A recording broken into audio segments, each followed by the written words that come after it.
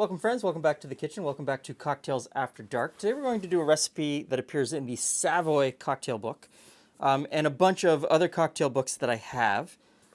I came across it when we were going to do the Zazarac Cocktail a few weeks ago, and I noticed that right after the Zazarac Cocktail in a bunch of the cocktail books there was something called the Zazarac. And I wrote it off as perhaps someone incorrectly spelling Sazerac since the ingredients are almost the same.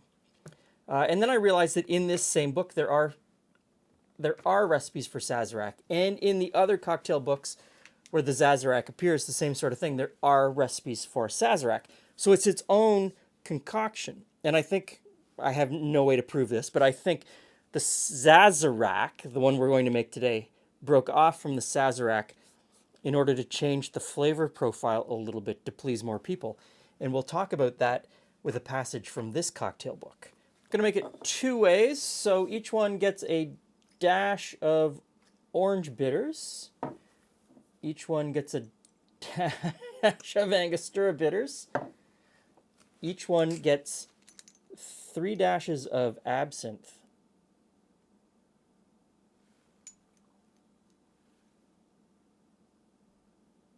Now, each one gets a ½ ounce of bacardi rum, and I'm assuming, given the time period, they're asking for Bacardi White.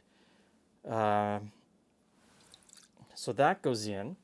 Then we get the same amount of gum syrup.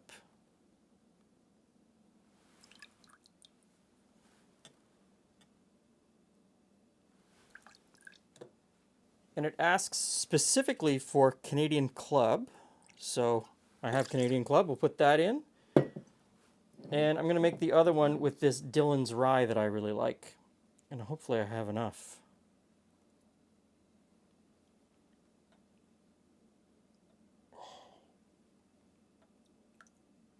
Just. Ice.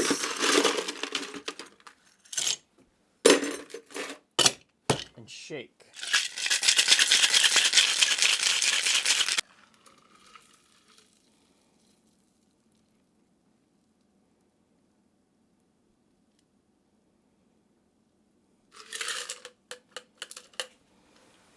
Hey, Glen. Hey, Jules. Hey, friend. So, wait a sec. What have we got today? The Zazarac. What's that? With Zeds. With Zeds. Well, yes. Yes, it is an English book, so it has Zeds. That's right. Okay. Finish with A wee bit of... lemon over the top. So, Okay. I've made it two ways using 2 different ryes. Canadian Club Rye and the Dillon's Rye. Uh-oh. I know. They're both 100% rye, so they should have a similar flavor profile. All right, then. Here we go. That's all lemon. All lemon. I'm going to get rid of the lemon. Well, I'm going to taste it first. I'm going to go.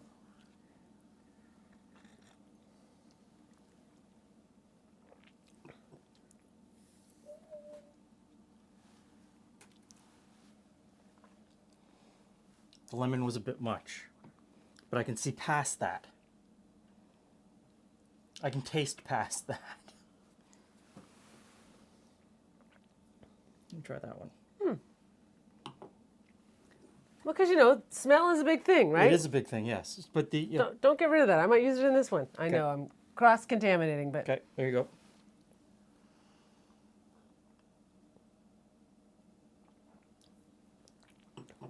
Okay. So this does ask for Anisette. Anisette has a similar flavor profile to the wormwood. Mm-hmm. And it was used during those time periods when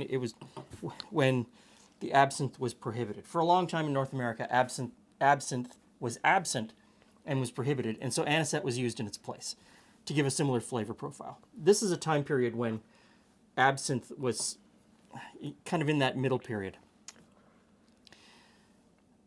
And I believe that this is a take on the Sazerac. Yes, that way. I mean, it's certainly a play on words. So this is I'm sure I could accidentally order one. This is David Embury's The Fine Art of Mixing Drinks. Didn't mean to turn on that fine art of mixing drinks. Well-respected author, well-respected cocktail author. Here's what he has to say about the Sazerac. Tell us more. The Sazerac is a sharp, pungent, thoroughly dry cocktail. To most people, however, the combination of absinthe and whiskey is not particularly pleasing. Whiskey lovers do not like the sharp, biting taste that the absinthe imparts. Absinthe lovers prefer their absinthe straight, dripped, frappéd, or mixed with gin rather than whiskey. Even among my various New Orleans friends, I have yet to find a Sazerac addict. Nevertheless, various hotels, clubs, and other bars have created simplified Sazerac-type cocktails, drinks with pretty much the same flavor as the Sazerac, but which can be made with much less fuss and loss of time. So he's sort of indicating that no one likes the Sazerac. It's foisted upon us by these bars in New Orleans who have to have something that is theirs, right? It's of the place, and that these other cocktails play on the Sazerac but have a flavor profile that is more pleasing. That's more pleasing to me. I've never had a Sazerac that I liked. I'm with David Embury on that one. Yes. My turn? Your turn. Okay. Yep, go ahead. I find it very sweet. It is very sweet, yes. I find it very sweet, like thickly sweet. I could cut back the gum syrup probably by and only use a quarter of what was put in, and it would be more pleasant. I don't find it unpleasant. No, but I get what you mean. It's kind of sickly sweet. So of the two, do you have a preference?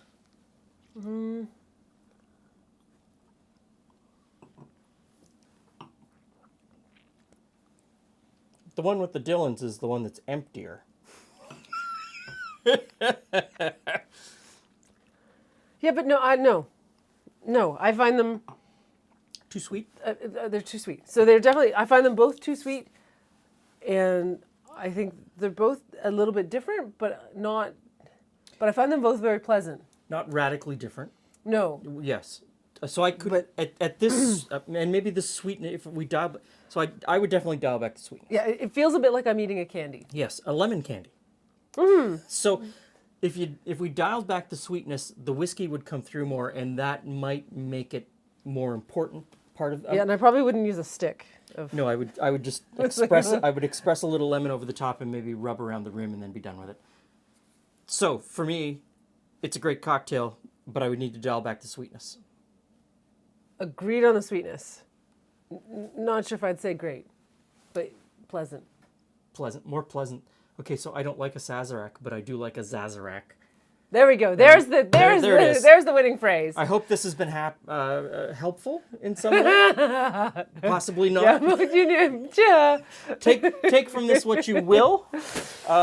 Thanks for stopping by. See you again soon.